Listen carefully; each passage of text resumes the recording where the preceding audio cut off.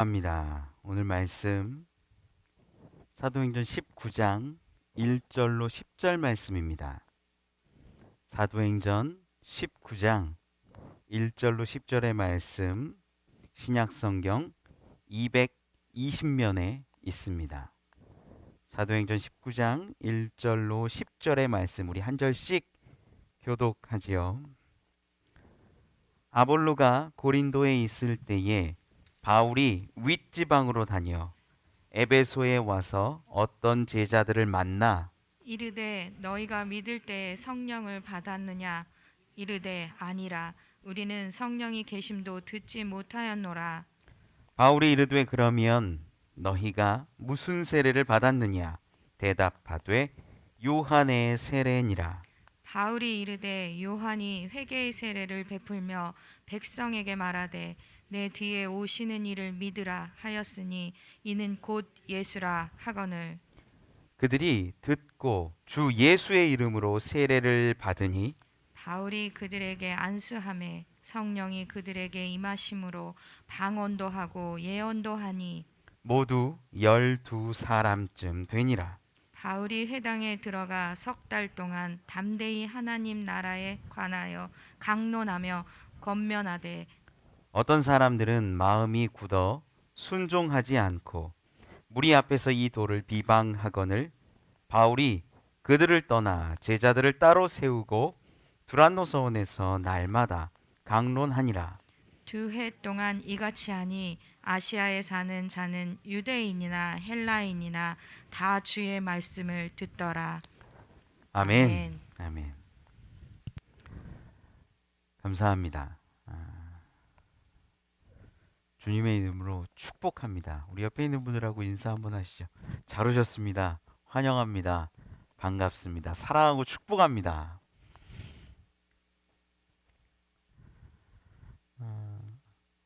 최근에 아동 학대 문제가 뉴스에 많이 나왔습니다. 한 시사 프로그램을 통해서 정인이라는 아이에게 사회의 저명 인사들, 연예인들이 정인아 미안해라고 이렇게 여러 경로로 이야기하고 인증하고 메시지들을 흘려보냈던 것이죠. 내용은 대략 이렇습니다. 한 가정에서 어린 여자아이를 입양했는데 16개월밖에 되지 않은 이 아이가 몸에 몇 군데의 골절 상해를 입었는데 그건 또 시기가 여러 시기에 걸쳐서 일어났고 또 장기의 손상으로 인해서 사망에 이르게 된 거죠. 수많은 사람들이 이 정치인들이 이 아이에게 관심 가졌습니다. 아이의 이름을 붙인 아동학대 방지에 관한 법까지 발의가 됐지요. 심지어 대통령도 이 입양의 절차를 다시 한번 점검하겠다라고 이야기했습니다. 사건을 보면 주변의 사람들에 의해서 학대가 당하고 이 의심되는 정황 가운데 신고했는데 제대로 대처가 이루어지지 않았던 겁니다. 수많은 사람들이 어떤 문제가 일어나면 이 시스템적으로 접근을 해요. 제도적으로. 어떤 사고가 발생했을 때 대부분 정치인들이 제도를 개선하겠다, 법을 발의하겠다라고 말하죠. 정부는 그 제도가 잘 정착되어 있는지, 잘 돌보아지고 있는지 관리합니다. 입양의 절차는 적법했는지, 또 보호기관과 입양을 보내는 기관에서 입양 후에 관리는 잘 되었는지, 제도적으로 접근해서 매뉴얼로 이렇게 따져서 보면 야, 아이를 데리고 병원은 몇 번 왔다 갔다 했냐? 보호기관에서 몇 번 방문했냐? 몇 번 전화했냐? 이런 것들이 막 기사로 나오더라고요.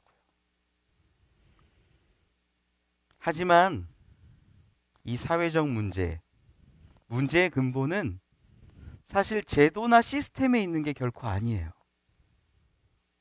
그 누구도 생명, 그 아이를 제대로 바라보지 않았다라는 겁니다. 이 시사 프로그램을 제작했던 담당 PD가 그런 말을 했어요. 경찰이나 복지사, 입양기관, 또 심지어 그 아이를 직접 보았던 소아과 의사들까지도 10여 명이 넘는 사람들이 그 아이를 직접 옆에서 보았는데 그들이 주로 하는 얘기는 매뉴얼대로는 했다라는 거예요.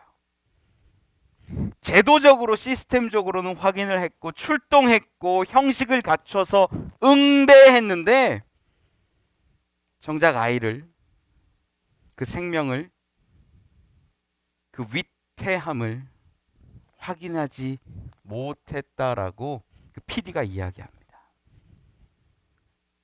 제도, 정부, 기관, 시스템은요 생명을 위한 거지 이 제도나 그 기관을 위한 것이 결코 아니지요.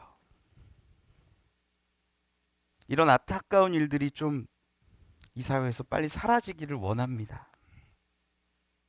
우리가 세상을 바라보는 관점은 물질도 아니고 시스템도 아니고 제도도 아니고 생명이어야 합니다. 생명이 더 중요해요. 교회도 마찬가지예요. 어떤 목사님들끼리 이렇게 소개하는데 교회는 어떻습니까? 이런 거 물어요. 성도가 몇 명입니까? 이거 묻는 게 무슨 의미가 있을까요? 성도 수를 알면 한 100명? 1000명? 그럼 교회 공간의 크기가 대략 가늠이 되거든요. 교회 공간의 크기가 대략 가늠이 되면 재정도 어느 정도 파악이 되거든요. 그게 중요해요? 아니에요. 진짜 중요한 건 그 교회가 한 생명을 바라보고 있느냐, 한 생명을 살려내는데 쓰임받고 있느냐, 그 교회는 생명력이 풍성한가, 이런 게 훨씬 더 중요한 것이지요. 여러분, 건물이 교회가 결코 아니죠. 훌륭한 프로그램이나 양육, 정착, 활동, 프로그램 이런 것들 중요합니까? 아니에요. 교회 안에 친목 모임이 중요합니까? 아니에요. 교회에는 오직 생명이 중요함을 믿으시기 바랍니다. 성도도 교회에 왔다 갔다 하는 사람들, 교회만 왔다 갔다 하는 건 뭐냐면요, 종교 행위예요. 나 오늘 교회 갔다 왔어. 찬양했어. 나 눈물 흘렸어. 감사했어. 뜨거웠어. 방언 기도했어. 내가 몸이 좀 나은 것 같아. 그게 중요할까요? 그것이 만약에 영과 육을 살리는 진짜 생명이 아니라면 의미가 별로 없다는 거예요. 여러분, 저는 여러분들이 종교 생활만 하고 이 마당만 밟는 자들이 아니라 참 생명을 얻는 자들이 되기를 소망합니다. 오늘 본문에는요, 이 초대교회가 세워지는 이야기가 나와요. 초대교회가 자리를 잡고 모이고 성장하는 이야기예요. 우리 교회 같아요. 보면 우리 교회도 이렇게 됐으면 좋겠다. 바울이 에베소에서 몇 명의 제자들을 만납니다. 1절 말씀에 기록하지요. 이 바울이 윗지방으로 다녀 에베소에 와서 어떤 제자들을 만났다. 바울이 묻습니다. 너희가 믿을 때에 성령을 받았느냐? 그 제자들인데도 불구하고 대답이 뭐예요? 우리는 성령이 계심도 듣지 못하였노라. 바울이 다시 묻습니다. 그러면 너희가 무슨 세례를 받았느냐? 우리는 요한의 세례를 받았다. 바울이 이 요한의 세례를 받았던 자들에게 얘기하는 것이 4절 말씀에 요한이 회개의 세례를 베풀며 백성에게 말하되 내 뒤에 오시는 이를 믿으라 하였으니 이는 곧 예수다라고 가르쳐 주는 거예요. 풀어서 제자들이 성령도 모르고 그저 요한의 세례를 받았던 이들이 예수의 이름으로 세례를 받습니다. 그리고 바울이 안수해 주니까 그때 성령도 받았다고 하지요. 방언도 했다고 하지요. 예언도 했다고 합니다. 이 또 제자 하면 떠오르는 게 우리 12제자잖아요. 그 인원도 대략 한 12명쯤으로 맞춰졌어요. 재밌고 신기하게.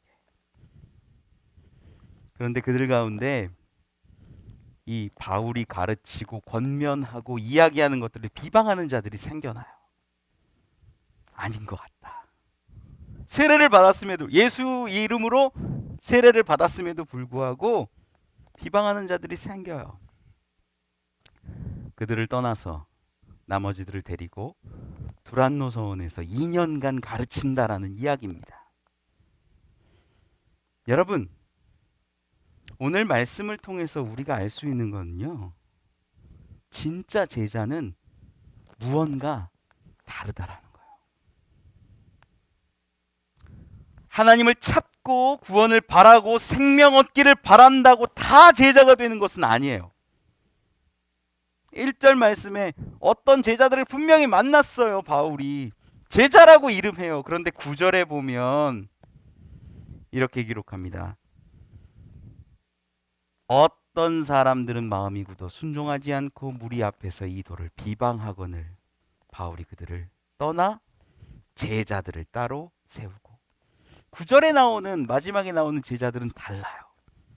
1절에는 전체가 다 제자였는데 9절에는 또 다른 제자들을 세우는 거죠.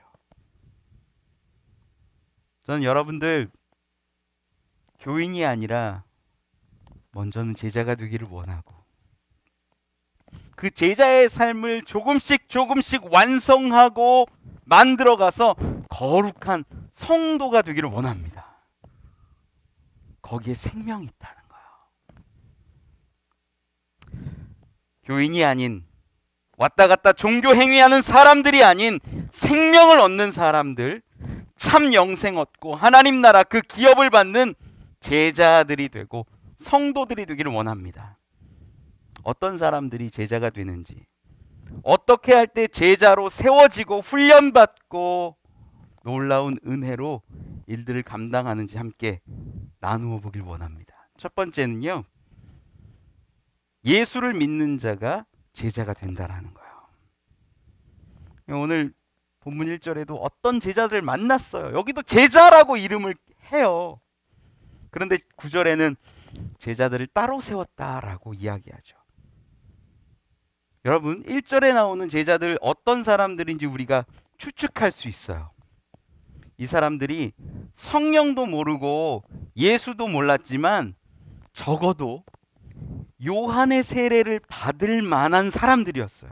이건 뭐냐면, 뭘 의미하냐면 하나님을 알고 있다는 거예요. 여호와 하나님에 대해서 분명히 알고 있었고 그들이 관심 가졌다는 거예요. 야, 하나님 나라가 뭘까? 영생이 뭘까? 구원이 뭘까? 굳이 광야에 있는 세례 요한에게까지 찾아가서 혼나기도 하고 듣기도 하면서 그 앞에서 세례를 받잖아요. 뭐예요? 이 사람들은 관심이 있었어요. 하나님에 대해서 알고 있었어요. 누가복음 3장 3절에 보면 이렇게 기록해요. 요한이 요단강 부근 각처에 와서 죄 사함을 받게 하는 회개의 세례를 전파하니. 요한의 세례가 뭐였냐면 죄를 사하는 세례였다는 거예요. 그걸 받기를 원했다라는 건 이 1절에 나오는 어떤 제자들은 뭐냐면, 야, 내가 하나님을 알아. 생명 얻기를 원해. 구원받기를 원해. 내 안에 죄가 있음을 알아. 이 죄를 씻었으면 좋겠어. 요한에게 나가는 거예요. 요한이 선포했던 게 회개하라. 천국이 가까웠느니라. 이거 선포했잖아요. 그래, 회개해야 돼. 내 죄를 씻어야 돼. 죄 사함을 얻는 세례를 요한에게로부터 받았습니다. 그런데 바울은 그 사람들을 데려다 놓고 얘기하죠. 너희 성령 받았어? 아니, 모르는데요. 세례 요한이 얘기했어. 내 뒤에 오시는 이를 믿으라. 그게 누구야? 예수님이야. 눈이 번쩍 떠진 거죠. 그리고 예수의 이름으로 세례받습니다. 여기까지 보면 우리랑 굉장히 비슷해요. 교회 오는 사람의 교회를 습관적으로 오는 게 아니라 진짜 자기의 마음으로 중심 가지고 오는 사람들의 아마 90%는 야, 하나님이 계신 것 같아. 생명 얻었으면 좋겠어. 구원 좀 경험했으면 좋겠어. 이런 마음으로 와요. 이런 마음으로 와요. 야, 하나님 나라가 진짜 있어. 천국이 진짜 있어? 야, 그럼 가면 볼 수 있지 않을까? 경험할 수 있지 않을까? 어떻게 해야 돼? 세례 받아야 돼? 세례 받을게. 여기 본문에 나오는 1절에 어떤 제자들은요, 종교성이 있었고요, 영생에 대한 지식도 있었고요, 구원을 사모하는 마음도 있었어요. 그런데 진정한 제자는 아니었어요. 요한의 세례에 의한 죄 사함은 불완전함을 바울은 알았기에, 죄 사함을 받는 세례를 받았을지라도 우리는 죄를 또 짓고 또 짓고 또 짓고 그러거든요. 바울은 로마서에서 고백하지 않습니까? 내 안에 있는 사망의 그 육신의 법이 있고 생명의 성령의 그 법이 있는데 이 안에서 맨날 싸운다. 바울이 봤던 건 뭐냐? 그 요한의 세례가 중요한 게 아니라 예수 그리스도를 믿는 것이 중요했습니다. 여러분, 예수님을 믿으십니까? 우리 교회는요, 예수님을 그리스도로 인정하고 믿는 자들의 모임이에요. 기독교와 유대교가 다른 것은요, 예수님이 우리의 그리스도가 되셨다라는 것을 고백하는 것이에요.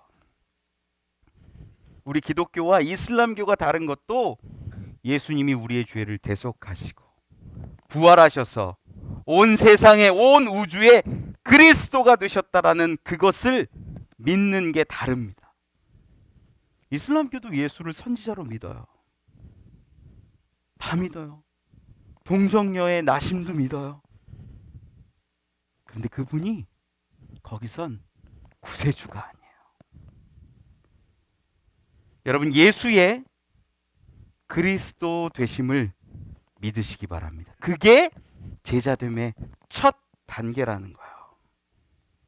어떤 자들은 예수를 참된 그리스도로 믿고 의지하고, 또 어떤 자들은 결코 믿지 않아요.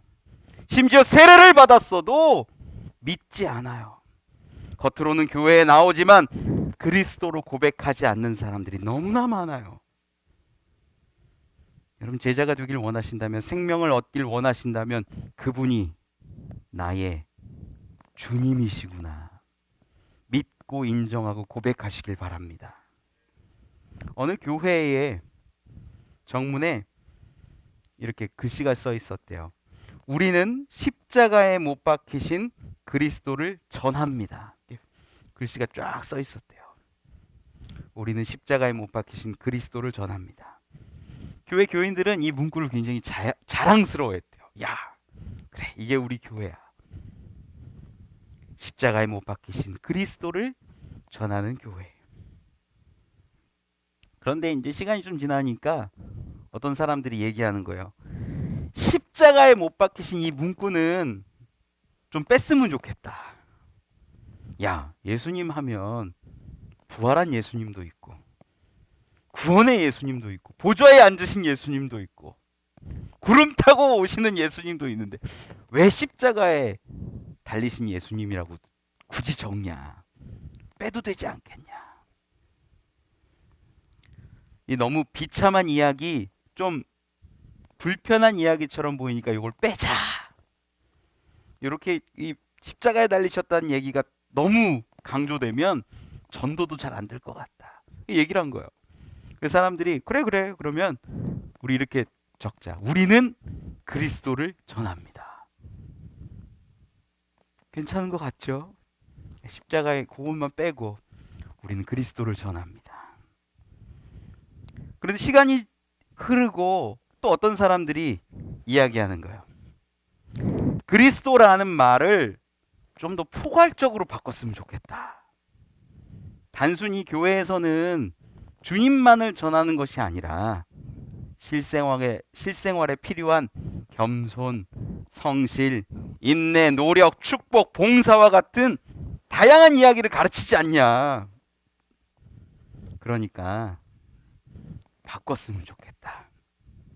주제가 너무 많은 거예요. 야, 뭐 어떻게 바꿔? 뭘 빼? 그래서 결국은 그리스도라는 단어만 빼기로 했대요. 정문에 우리는 전합니다. 그 문장만 남겨놨는데 시간이 또 많이 흘러서 보니까 교회 다니는 사람들도 또 외부에서 교회를 바라보는 사람들도 여긴 뭘 전하는 데야 알지 못했다라는 거예요. 여러분, 교회는요 다양한 역할들을 해야 합니다. 사회에서 빛과 소금으로 전하는 곳이 되어야 하고요.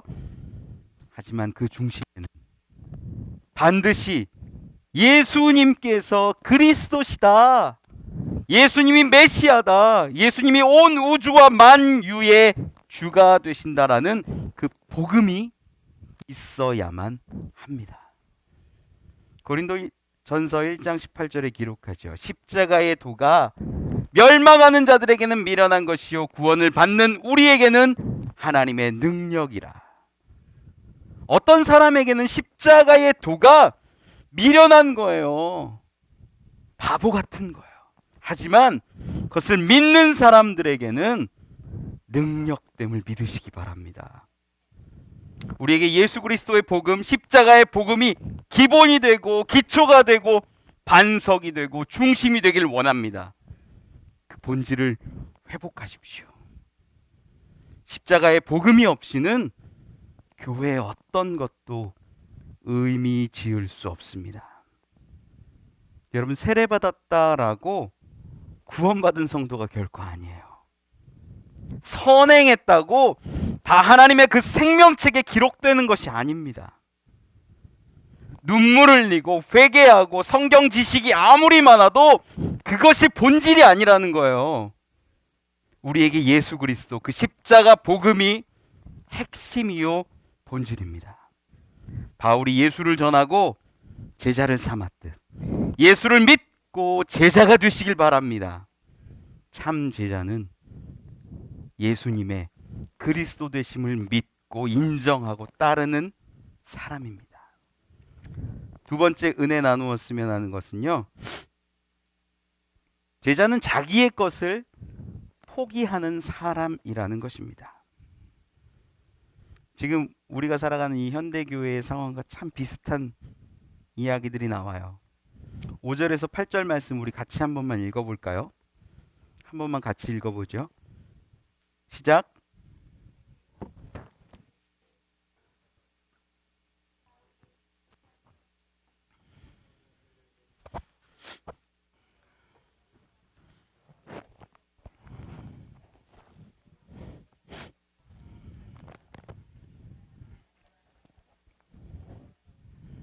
아멘.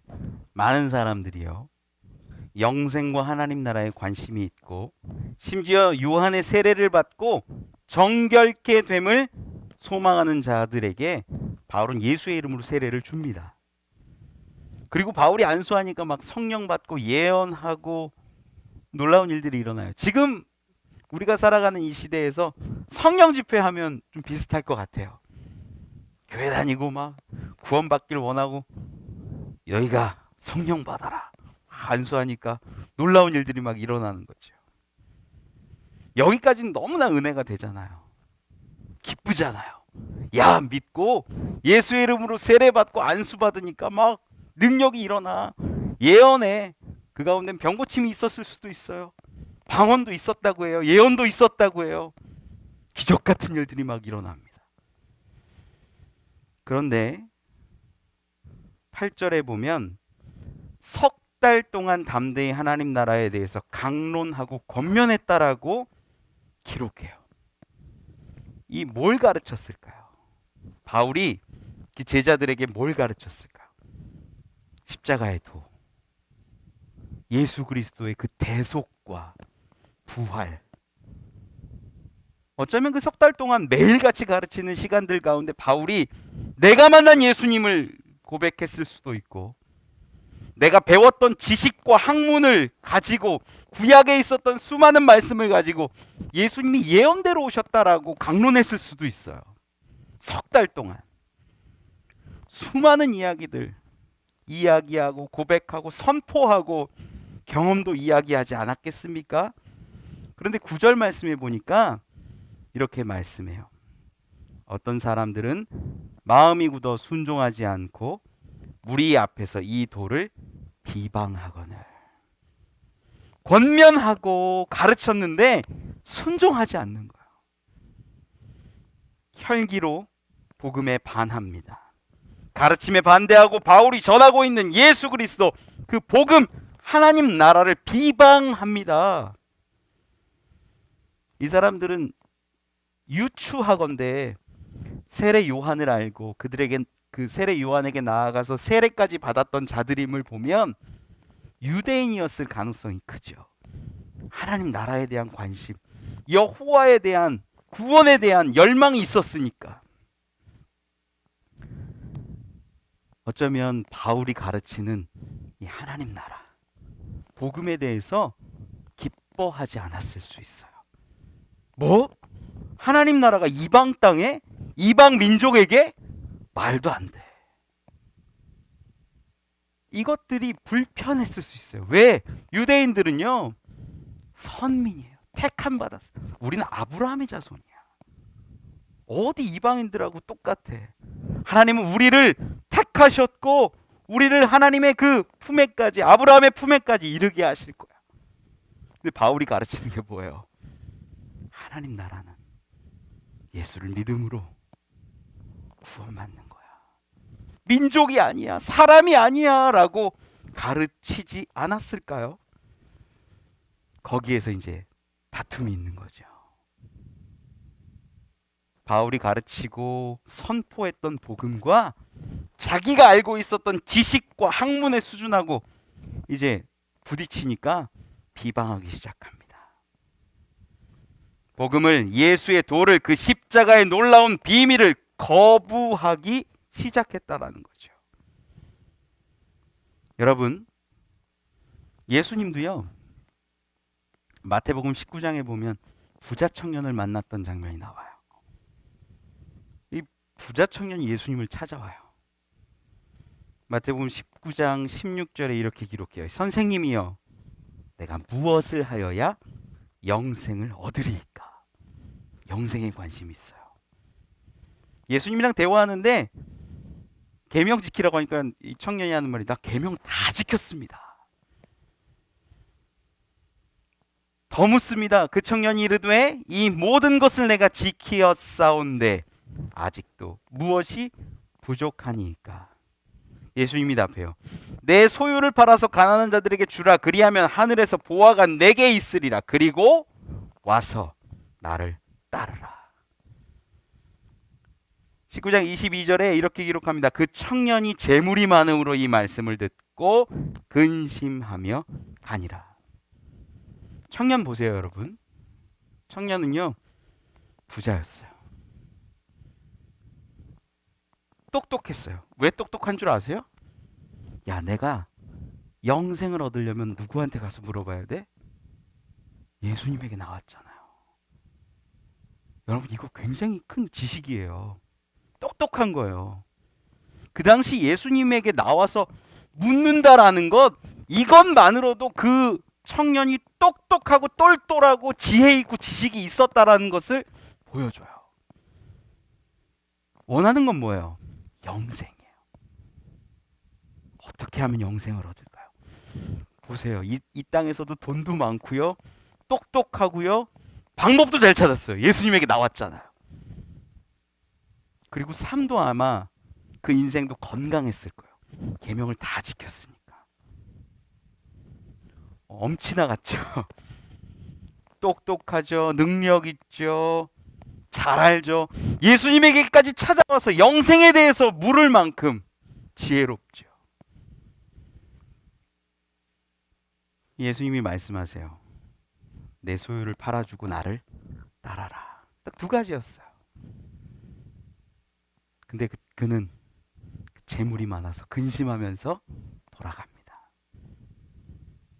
여러분, 여기서 우리는 진짜 제자의 모습을 조금 깨달을 수 있어요. 자기의 것을 버리고 주를 따르는 것이 제자의 길이라는 거예요. 예수를 안다고 제자가 되는 게 아니에요. 영생을 구한다고 제자가 되는 것이 아니에요.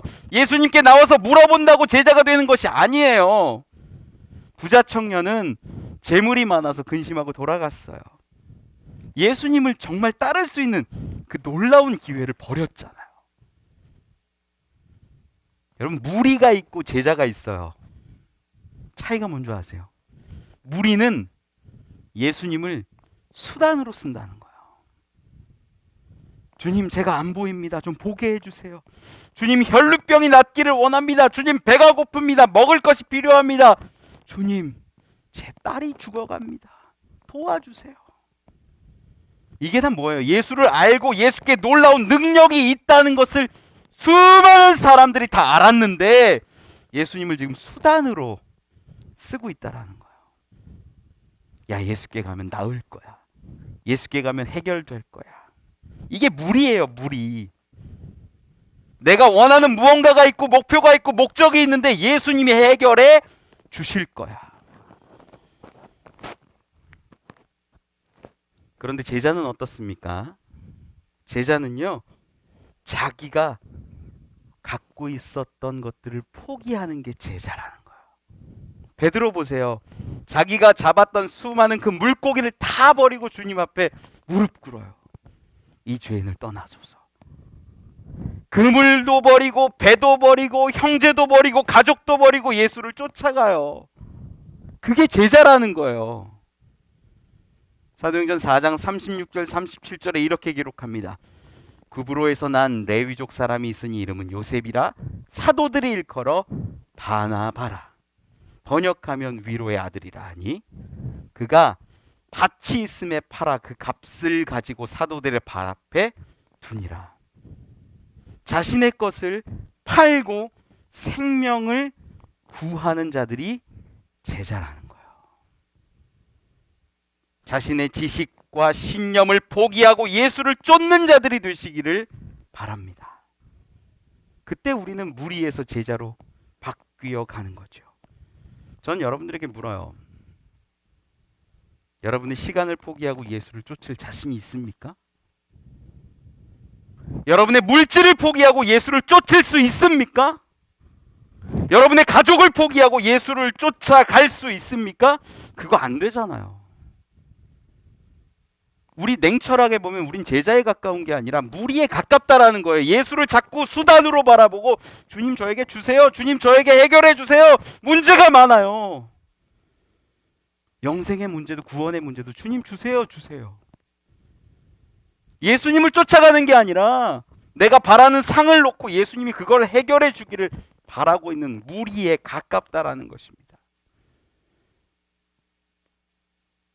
예수님께 나와서 기도하고 바라고 구하는 것들이 대부분 물질이요, 건강이요, 명예요, 아파트요, 자녀의 성공이요, 입학이요, 취업입니다. 여러분의 모습을 보세요. 우리의 모습을 보세요. 진짜 예수 그리스도를 위해 버리냐는 거예요. 베드로처럼.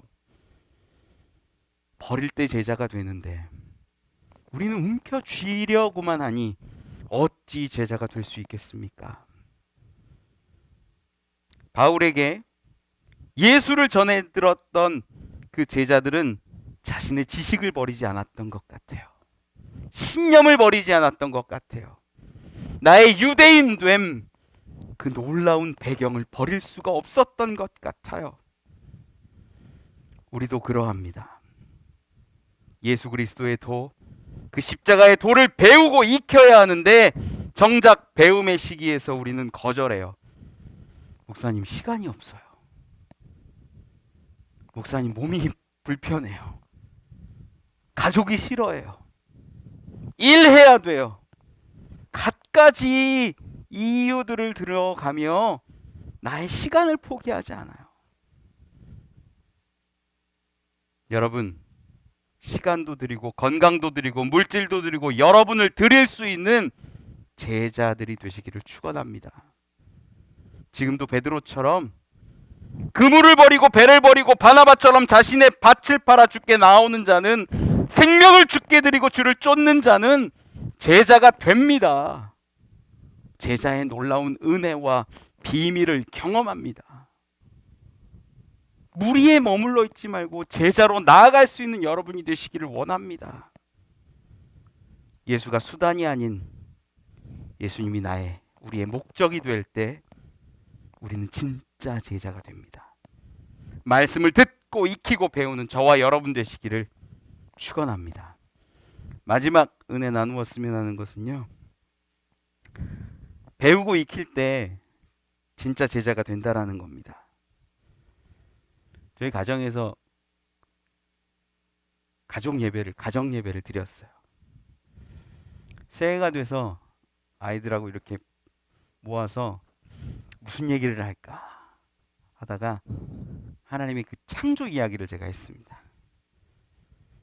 큰 아이가 뭐 어렸을 적에 블록을 멋지게 만드는데 동생이 부시면 어떠니? 속상해. 둘째 애한테 네가 열심히 뭐 만들었는데 막내 동생이 부시면 어떡해? 속상해. 막내한테도 물었어요. 엄마 뱃속에 있는 아이가 태어나가지고 네가 뭐 만들었는데 그거 부시면 어떨까? 속상해. 속상하대요. 하나님이 천지를 창조하시고 물고기와 새와 땅 위에 있는 생물, 기는 것들, 모든 것들을 만드시고 하나님이 말씀하시는데 보시기에 다 좋았대. 사람들이 그런데 자꾸만 하나님이 만드신 환경과 자연, 땅과 바다, 동물들을 죽이고 아프게 해. 하나님 마음이 어떨까? 속상할 것 같아요. 그래, 하나님 너무 속상해 하시지 않게 자연도, 환경도, 동물도 사랑하자, 이 얘기를 했어요. 아이들 눈이 초롱초롱합니다. 조금 지나고 나서 아이들끼리 이렇게 노는데 둘째 아이가 그러는 거예요. 형! 그렇게 하면 하나님이 속상해. 자기한테 이제 뭐 이렇게 뭐 때렸는지 자기를 불편하게 했는지 얘기하는 거예요. 제가 그 이야기를 딱 들은 순간에 감사하다. 그리고 또 한쪽의 마음에는 그냥 말로만이 아니라 삶으로 내가 가르쳐야겠다. 그렇게 보여줘야겠다라는 이 마음이 들었어요. 어려운 길이지만 저희 자녀와 함께 저는 그렇게 걸어가기를 소망합니다. 여러분, 우리는요, 무엇을 배우는가, 무엇을 보며 살아가느냐에 따라서 삶의 반경이 결정지어져요. 3살 버릇이 여든 간다라고 말하지요. 어린 시절에 말씀 속에서 배운 아이들은 말씀과 가까워집니다. 아버지의 모습을 보는데 아버지가 물질보다 하나님을 더 사랑하고 섬기는 모습을 보면 자녀의 그 신앙이 분명하게 세워지는 줄 믿어요. 어머니가 세상의 성공보다 자녀를 더 사랑하고 하나님을 경외하는 그 모습을 보여주면 아이들에게 가치관이 바르게 잡히는 줄 믿습니다. 자신의 것들을 포기하고 시간을 포기하고 물질을 포기하고 돈 버는 것까지도 포기하고 제자들은 바울과 함께 2년간 두란노 서원에서 말씀을 듣고 배우고 동락합니다. 바울이 뭐 했을까요?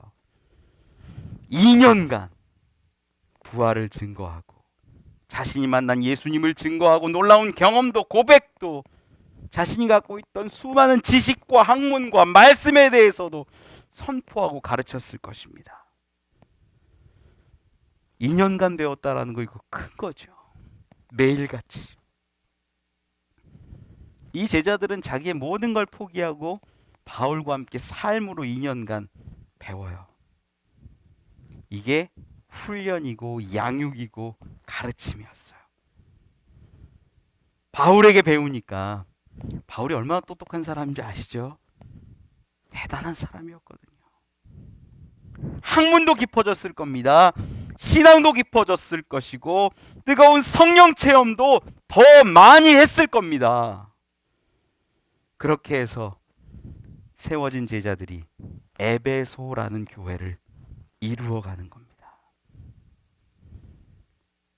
이 바울에게 참 그리스도인의 가치관에 대해서, 삶에 대해서, 사명에 대해서 배웠을 거예요. 바울처럼 성령의 역사에 대해서 뜨거워졌을 것이고, 바울처럼 학식에 대해서도 냉철하며, 바울처럼 자기를 헌신하여 장막을 만드는 그런 일까지도 감당하는 그런 노력과 성실까지도 배웠을 겁니다. 이 에베소 교회가 참 좋은 교회였어요. 요한계시록 2장에 보면 에베소 교회에 대한 평가가 나오죠. 물론 책망받는 것들도 있어요. 하지만 요한계시록 2장 2절 3절 보면 이렇게 기록합니다. 내가 내 행위와 수고와 내 인내를 알고 또 악한 자들을 용납하지 아니한 것과 자칭 사도라 돼 아닌 자들을 시험하여 그의 거짓된 것을 내가 드러낸 것과 또 내가 참고 내 이름을 위하여 견디고 게으르지 아니한 것을 아노라. 훌륭한 교회로 성장했다라는 거예요. 그들은 게으르지 않았어요. 신학적인 이 토대도 탄탄했어요. 거짓 사도가 왔을 때 시험에서 물리칠 수 있었어요. 어떻게 이게 가능해요? 배웠으니까. 바울에게서 배우고 익히고 다듬어지고 훈련받았으니까 이게 가능했던 것 아니겠습니까? 수고와 인내, 정교하고 뜨거운 그 교회, 열정이 있었던 교회, 게으르지 않았던 교회, 인내하는 교회가 에베소 교회였다라는 것입니다. 저는 여러분들이 말씀을 배우고 익히고 주님을 보면서 삶으로 훈련받는 자들이 되기를 원합니다. 보이지 않는 믿음이 아니라 우리 주 예수 그리스도께서 삶의 분명한 교사가 되시고 바울과 같은 믿음의 선배들이 우리에게 주는 분명한 교훈들을 이제는 익힐 수 있기를 원합니다. 올해 5월달, 6월달에 주일날 제가 하는 마지막 제자 양육이 있습니다. 깨알 홍보합니다. 이제 제가 앞으로 제자 양육 가면 이제 이번이 마지막에 그 다음부터는 다 평일에 할 거예요. 올해 5월달에 주일날 할 수 있는 마지막 제자 양육 기회가 있어요. 여러분 시간 좀 포기하셔야 돼요. 무리에 머무르지 마시고 제자로서 내 것을 조금씩 포기할 때 그때 삶이 바뀐다라는 거예요. 예수님께서 십자가에 달려 죽으시는 것만이 목표 삼는 것이었다라면 공생애라는 아름다운 삶을 보지 못했을 수도 있습니다. 하지만 예수님은 십자가에 달려 대속의 역사를 이루시는 것도 중요하여 분명하게 이루셨지만 3년간 제자들과 함께 먹고 자고 배 타고 때로 분노하고 때로 치근히 여기고 죄인들과 함께 먹고 귀신을 쫓고 눈물을 흘리며 삶을 나누셨고 그들을 가르치셨다라는 거예요. 말로 가르치는 가르침도 너무나 귀하고 복됐지만 제자들에게 삶으로 드러나는 가르침과 모습은 놀라운 체험의 교육이었을 겁니다. 그래서 그들은 예수님이 죽으시고 부활하시고 승천하시자 그제서야 비로소 진짜 제자가 됐던 것이죠. 모든 것을 밝히 알게 되니까 그때는 예수님을 위해 하나님 나라 위에 목숨까지도 바칠 수 있는 자들이 됐던 것 아닙니까? 여러분, 말씀과 함께 뒹굴어 보세요. 말씀과 함께 예수님과 함께 그 삶을 묵상하며 음미하며 우리의 삶을 맞추어 가 보세요. 지금도 주님은 당신의 삶을 따라오라고 말씀하십니다. 당신이 걸어가신 길을 알려주시고 함께 걸어가자라고 우리를 권면하십니다. 우리가 배우고 익히고 양육받고 깨달아갈 때 우리는 진짜 제자가 됩니다. 종교인이 아닌 참 제자가 되길 간절히 축원합니다. 말씀을 맺습니다. 우리가 믿는 것은요, 생명을 얻기 위함이에요. 다른 거 아니에요. 보여지는 거 아니에요. 교회 건물 아니에요. 무리에 머무르지 않고 제자가 되려는 것은 기적에 머무르지 않고 생명을 얻기 위함입니다. 이제는 복음의 본질을 회복하십시오. 다양한 기능으로서의 교회가 아니라 참 복음을 기뻐하고 그것으로 만족하며 복음을 전할 수 있는 자들이 되기를 원합니다. 나에게 있는 많은 시간과 지식, 물질과 능력 다 내려놓고 예수님 앞에 겸손히 나아갈 수 있기를 원합니다. 그분을 따라, 그 삶을 따라 하루하루 도전하고 쫓아가다 보면 어느새 우리는 바울과 같은, 수많은 믿음의 선배와 같은 세상이 결코 감당하지 못하는 그러한 제자가 될 줄로 믿습니다. 그러한 저와 여러분 되시길 간절히 축원합니다.